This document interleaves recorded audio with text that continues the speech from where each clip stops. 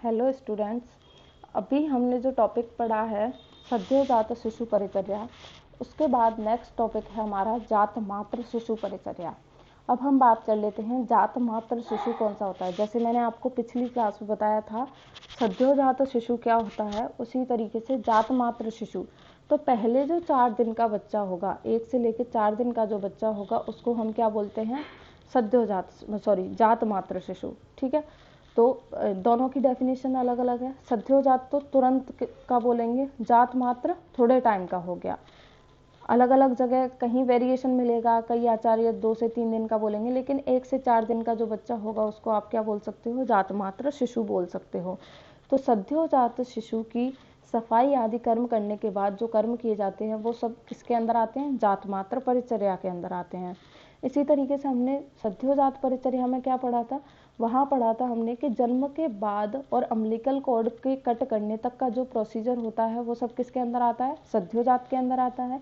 उसी तरीके से जात मात्र के अंदर क्या बोल दिया है कि सद्योजात का आपने जो भी 5 पॉइंट मैंने बताए थे आपको पिछली क्लास में, वो पूरे करने के बाद उससे आगे तक के जो कर्म आते हैं वो किसके अंदर आते हैं, जात मात्र परिचर्या के अंदर आते हैं। तो सबसे पहले हमने क्या किया, बच्चे का वेट रिकॉर्ड किया। तो बच्चे का वेट लेंगे, जैसे कि जो नॉर्मल वेट है मैंने आपको पहले भी बताया है 3 kg का होना चाहिए, 2.5 से 3 kg होना चाहिए।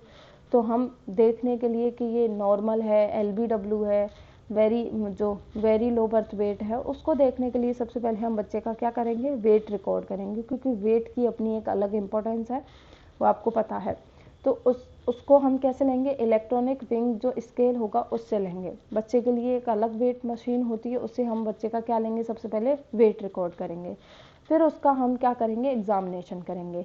एग्जामिनेशन में हमें हमारा कोई भी पॉइंट नहीं छोड़ना है। आपका जो नेक्स्ट क्लास का टॉपिक रहेगा वो एग्जामिनेशन ही रहेगा, वहाँ मैं आपको सारा बताऊंगी डिटेल में।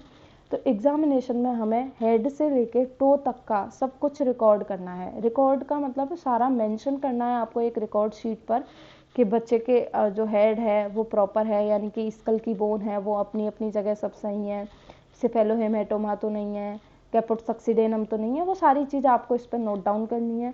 कोई उसको रेस्पिरेटरी डिसऑर्डर तो नहीं है, एब्डोमेन उसका डिस्टेंशन है किस तरीके से है, उसकी अम्बिलिकल जो है वो इन्वर्टेड है इवर्टेड है, वो सारा आपको यहाँ पे मेंशन करना है। तो हेड टू टो तक रिकॉर्ड शीट पर डिफॉर्मिटी का आपको अंकन करना है। माल फॉर्मेशन को देखना है कि बच्चा जो है प्रोटीन एलर्जी माल न्यूट्रिशन से ग्रसित तो नहीं है। माल फॉर्मेशन का मतलब है कि उसके अंदर पूरे हाथ पैर उसके प्रोटीन एनर्जी वाला नहीं आएगा, उसके हाथ पैर पूरे हैं कि नहीं, यानी कि 2 हाथ होने चाहिए, 2 पैर होने चाहिए, दोनों हाथ पैरों में जो है 4-4 फिंगर होनी चाहिए, एक एक थंब होना चाहिए। ठीक है, टो पैरों में टो होना चाहिए, हाथों में थंब होना चाहिए, नेल्स होने चाहिए, सब कुछ चीज़ें प्रॉपर होनी चाहिए। कोई माल फॉर्मेशन तो नहीं है, जैसे कि क्लेफ्ट पैलेट तो नहीं है, क्लेफ्ट लिप तो नहीं है, या फिर उसको जो है डाउन सिंड्रोम तो नहीं है, इस तरीके की कोई डिजीज़ तो नहीं है, वो सारी की सारी हमें वहाँ पे क्या है, नोट डाउन करनी है। तो माल फॉर्मेशन को देखना है, क्लेफ्ट पैलेट कोई भी जो है उसको जेनेटिक डिसऑर्डर, हेरिडिटिकल डिसऑर्डर कोई हो और वो आपको शो हो रहा है तो वो भी आपको मेंशन करना है। चेस्ट एबनॉर्मेलिटी देख लेनी है। फिर उसके बाद लेबर रूम से वार्ड में नियोनेट को शिफ्ट करने पर एक्जिला टेम्परेचर रिकॉर्ड करना है। जब भी आप लेबर रूम से बच्चे को दूसरे वार्ड में शिफ्ट कर रहे हो तो बच्चे का आपको वापस से टेम्परेचर रिकॉर्ड करना है, लेकिन कहाँ से करना है, एनस से नहीं करना, टंग से नहीं करना, कहाँ से करना है, एक्जिला से करना है। ठीक है, तो यानी कि हम वापस से बच्चे का क्या करेंगे, टेम्परेचर रिकॉर्ड करेंगे। पहले हाइपोथर्मिया था, हमने टेम्परेचर मेंटेन कर लिया, अब हम क्या कर रहे हैं, उसका टेम्परेचर रिकॉर्ड कर रहे हैं। फिर उसके बाद इनिशिएशन ऑफ ब्रेस्ट फीडिंग। देखिए मॉडर्न वालों ने कुछ नहीं बोला कि आपको घुट्टी देनी है, ये करना है, उन्होंने सीधा बोला है आप ब्रेस्ट मिल्क को तुरंत इनिशिएट कराओ, यानी कि 1 घंटे के अंदर अंदर, डिलीवरी के 1 घंटे के अंदर अंदर क्या है, बच्चे को फीड कराना है। तो डिलीवरी के 1 घंटे के अंदर अंदर बच्चे को क्या करवाना है, ब्रेस्ट फीडिंग करवानी है। उसके बाद क्या करना है, विटामिन के का यूज़ करना है। विटामिन के का यूज़ किस कंडीशन में करते हैं, अगर बच्चे के अंदर हमें हेमरेज देखने को मिल रहा है, ब्लीडिंग हो रही है, तो उसके उन बच्चों के अंदर हम विटामिन के का यूज़ करेंगे। ठीक है, तो यहाँ पे क्या है, जिन शिशुओं का बर्थ वेट जो है वो 1000 ग्राम से भी कम है, यानी कि एक्सट्रीमली लो है, तो उनके अंदर हम 0.5 mg विटामिन के का यूज़ करेंगे। क्यों करेंगे, क्योंकि इनका वेट कम है, इनके अंदर कोई हेमरेज ना हो जाए, इसके लिए हम क्या करेंगे, विटामिन के दे देंगे। हर बच्चे को विटामिन के नहीं देना है, हेल्दी को नहीं देना है, जिनका बर्थ वेट कम है उनके अंदर हम विटामिन के का यूज़ करेंगे। फिर उसके बाद है कम्युनिकेशन विद फैमिली मेम्बर्स। ये केयर तो हमने कर ली बच्चे के अंदर लेबर रूम में या वार्ड के अंदर ये केयर कर ली, बच्चे को ब्रेस्ट फीड भी करा दिया। फिर एक नर्स आती है, आप लोगों ने मूवी के अंदर देखा होगा, एक नर्स आती है, कॉन्ग्रेचुलेशन लड़का हुआ है लड़की हुई है, तो उसके फैमिली मेम्बर्स को भी आपको बताना है जाके, हमारी ही ड्यूटी बनती है कि डॉक्टर जो है वो नियोनेट की फैमिली मेम्बर को उसका सेक्स बताए, यानी कि लड़का हुआ है कि लड़की हुई है, उसका वेट बताए, क्योंकि पहले ही पूछते हैं ना, बच्चा होते ही पूछते हैं अच्छा आप तो ये बताइए कितना किलो का हुआ है, उससे आइडिया लगा लेते हैं कि बच्चा हेल्दी है या कैसा है। तो बच्चे का वेट भी बताना है तथा उसकी वेलबींग ऑफ बेबी, यानी कि ठीक है कि नहीं, नॉर्मल है कि नहीं, कोई उसके अंदर डिफॉर्मिटी तो नहीं है, कोई और प्रॉब्लम तो नहीं है, रेस्पिरेशन उसका शुरू हो चुका है, बेबी ने क्राई कर लिया, ये सारी की सारी डिटेल हमें उसके फैमिली मेम्बर को देनी है। एक डॉक्टर होने के नाते हमारी ये ड्यूटी है कि हम उसके फैमिली मेम्बर को हर बात बच्चे के बारे में बताएं, लड़का हुआ है लड़की हुई है, इतने वेट का है, हेल्दी है, बीमार है, सारी की सारी बात हमें वहाँ जाके बतानी है। मैनेजमेंट ऑफ रूम, बिना किसी इमरजेंसी कंडीशन के शिशु को माता से अलग नहीं करना है, यानी कि डिलीवरी के बाद बच्चे को माँ से अलग नहीं करना है कि आप तो यहाँ पे रेस्ट करो, इसको हम उधर ले जाते हैं, इस तरीके से नहीं करना है। अगर जब तक कोई इमरजेंसी ना हो, इमरजेंसी का मतलब है कि बच्चे को कोई डिसऑर्डर तो नहीं है, या फिर माँ जो है उसको होश नहीं आ रहा, या मतलब दोनों में से किसी को कोई कॉम्प्लिकेशन आ रहे हैं, कोई प्रॉब्लम है, उस कंडीशन के अलावा किसी भी सिचुएशन में बच्चे को माँ से अलग नहीं करना है। यदि नियोनेट को माता से अलग रखा गया तो स्तनपान पर प्रभाव पड़ता है, क्योंकि हमने अभी पढ़ा है कि बर्थ के 1 घंटे के अंदर उसे स्तनपान कराना है, और अगर उसको अलग रखेंगे तो ब्रेस्ट फीड वो कैसे करा पाएगी, ठीक है। और वहाँ पे क्या होगा, जैसे ही कई सारी चीज़ें होती हैं लैक्टेशन के अंदर, मैं आपको बताऊंगी, जैसे ही क्या होता है माँ अपने बच्चे को देखती है तो उसके अंदर क्या होगा, हार्मोन सिक्रीट होना शुरू हो जाएंगे, ऑक्सीटोसिन हो गया, प्रोलैक्टिन हो गया, तो अपने आप ही क्या हो गया, मिल्क आना शुरू हो जाएगा। तो अगर उसको अपना बच्चा नहीं दिखेगा तो ये हार्मोन है वो काम नहीं करेंगे, तो ब्रेस्ट मिल्क पे क्या होगा, इसका प्रभाव पड़ेगा। केयर ऑफ बेबी, और क्या करना है, उसकी कॉर्ड की केयर करनी है। अब कॉर्ड हमने कट तो कर दी, लेकिन हमें यह हमारी जिम्मेदारी है कि उसमें कोई एब्सेस ना हो जाए, हर्निया ना हो जाए, कोई इन्फेक्शन ना हो जाए, तो हमें केयर ऑफ कॉर्ड करनी है, वहाँ बच्चे को ऑयल की मसाज देनी है, ब्रेस्ट फीड करवाना है बच्चे को, और पोजीशन ऑफ स्लीप हमेशा बच्चे की सुपाइन ही रखनी है। क्यों रखनी है, जिससे रेस्पिरेशन में प्रॉब्लम ना आए, बच्चे को सुपाइन पोजीशन में ही लेटाना है। ऐसे ट्रेडिशन जो शिशु के लिए हानिकारक हो उनका विरोध करना है। जैसे क्या है, बच्चा पैदा हुआ, दादी आई है घर से बादाम का काजल बना के लाई है, और आते ही बच्चों की आंखों में क्या लगा दिया, काजल लगा दिया, ये सब काम मॉडर्न अलाउ नहीं करता है। तो जिससे बच्चे की आंखों में कोई इन्फेक्शन हो सकता है काजल के थ्रू, ऑप्थेल्मिया नियोनेट्रम हो सकता है, कुछ हो सकता है, तो आंखों में काजल नहीं लगाना, कानों में तेल नहीं लगाना, नाभि नाल पर गाय के गोबर का लेप नहीं करना। गाँव के अंदर किया करते थे, नाभि नाल जो है काट दी, उसके बाद गाय का गोबर लाए और वहाँ पे लगा दिया, अरिद्रा कल्क नहीं मिल रहा, ये लगा दिया। तो ये सब नहीं करना है, क्योंकि ये इन्फेक्टेड हो सकते हैं, इसकी वजह से ऐसे काम नहीं करने हैं। तो ये हो गया जात मात्र शिशु का, ठीक है। फिर उसके बाद हो गया care of full term baby.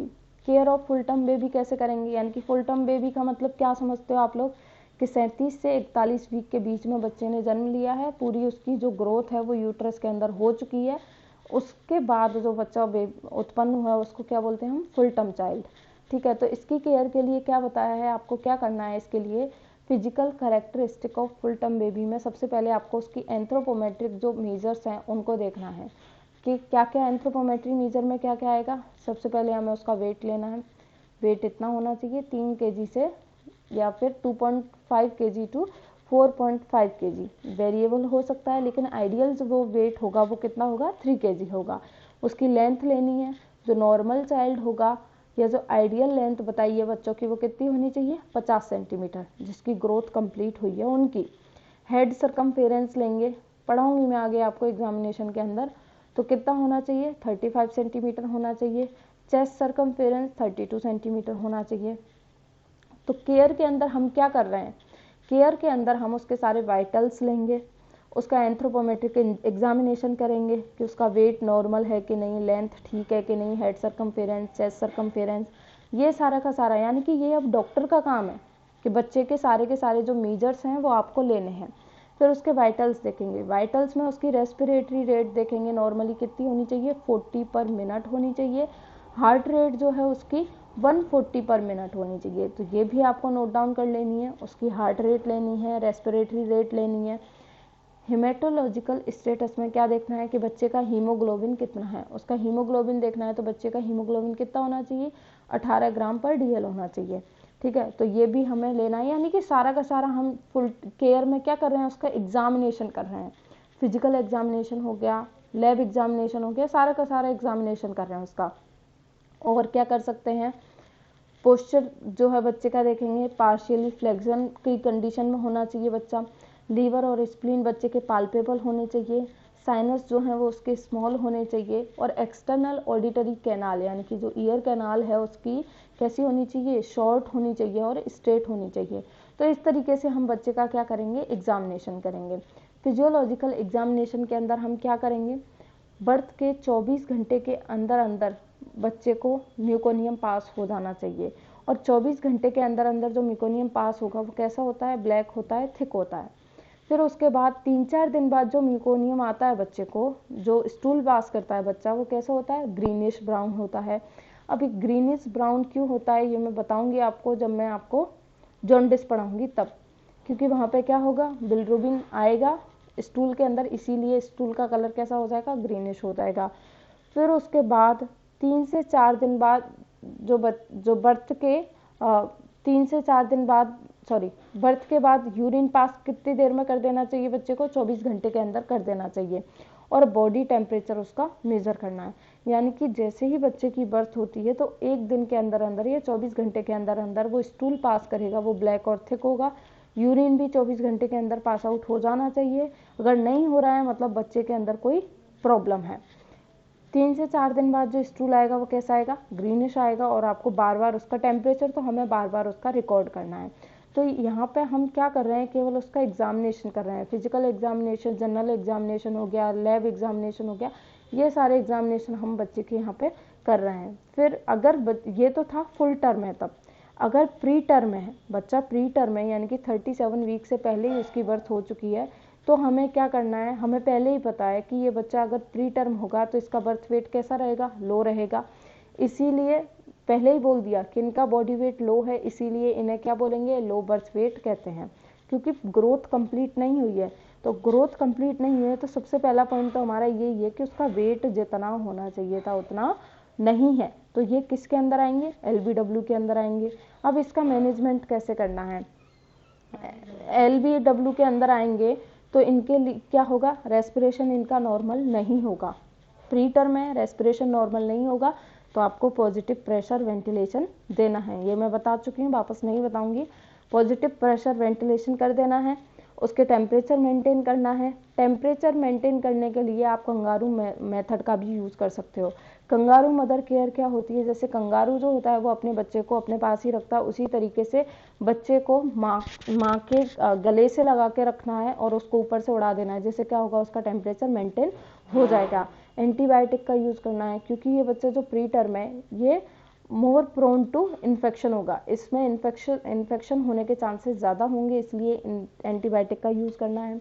ये पॉइंट मैंने आपको अभी थोड़ी देर पहले ही बताया था कि विटामिन के का क्या देना है, उसको इंजेक्शन देना है। अगर बच्चा LBW है, उसका बर्थ वेट बहुत ज़्यादा कम है तो हेमरेज होने के चांसेस रहते हैं, हेमरेज होने के चांसेस रहते हैं, इसीलिए हम पहले ही क्या दे देंगे, विटामिन के दे देंगे, जिससे बच्चे के अंदर इंटरनल ब्लीडिंग ना हो। आयरन सप्लीमेंट दे देंगे, ब्लड को बढ़ाने के लिए आयरन सप्लीमेंट दे दिया।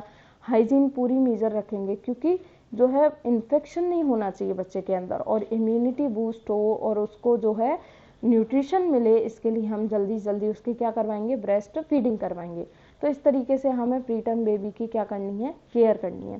तो ये परिचर्या के बाद के आपके कुछ पॉइंट्स थे, केयर ऑफ प्री टर्म हो गया, केयर ऑफ फुल टर्म हो गया, जात मात्र शिशु परिचर्या या सद्योजात, ये पॉइंट्स भी आपको क्लियर रखने हैं। अलग अलग करके आपके एग्जाम में था, लेकिन मेन तो आपको जो आपका मेन टॉपिक है सामान्य शिशु परिचर्या, उसी पे ही आपको फोकस रखना है, वही अच्छे से पढ़ना है। अगर आपका वो पॉइंट क्लियर है तो आप ये आराम से लिख सकते हो। तो आज के लिए थैंक यू, बाकी हम नेक्स्ट क्लास में बात करते हैं।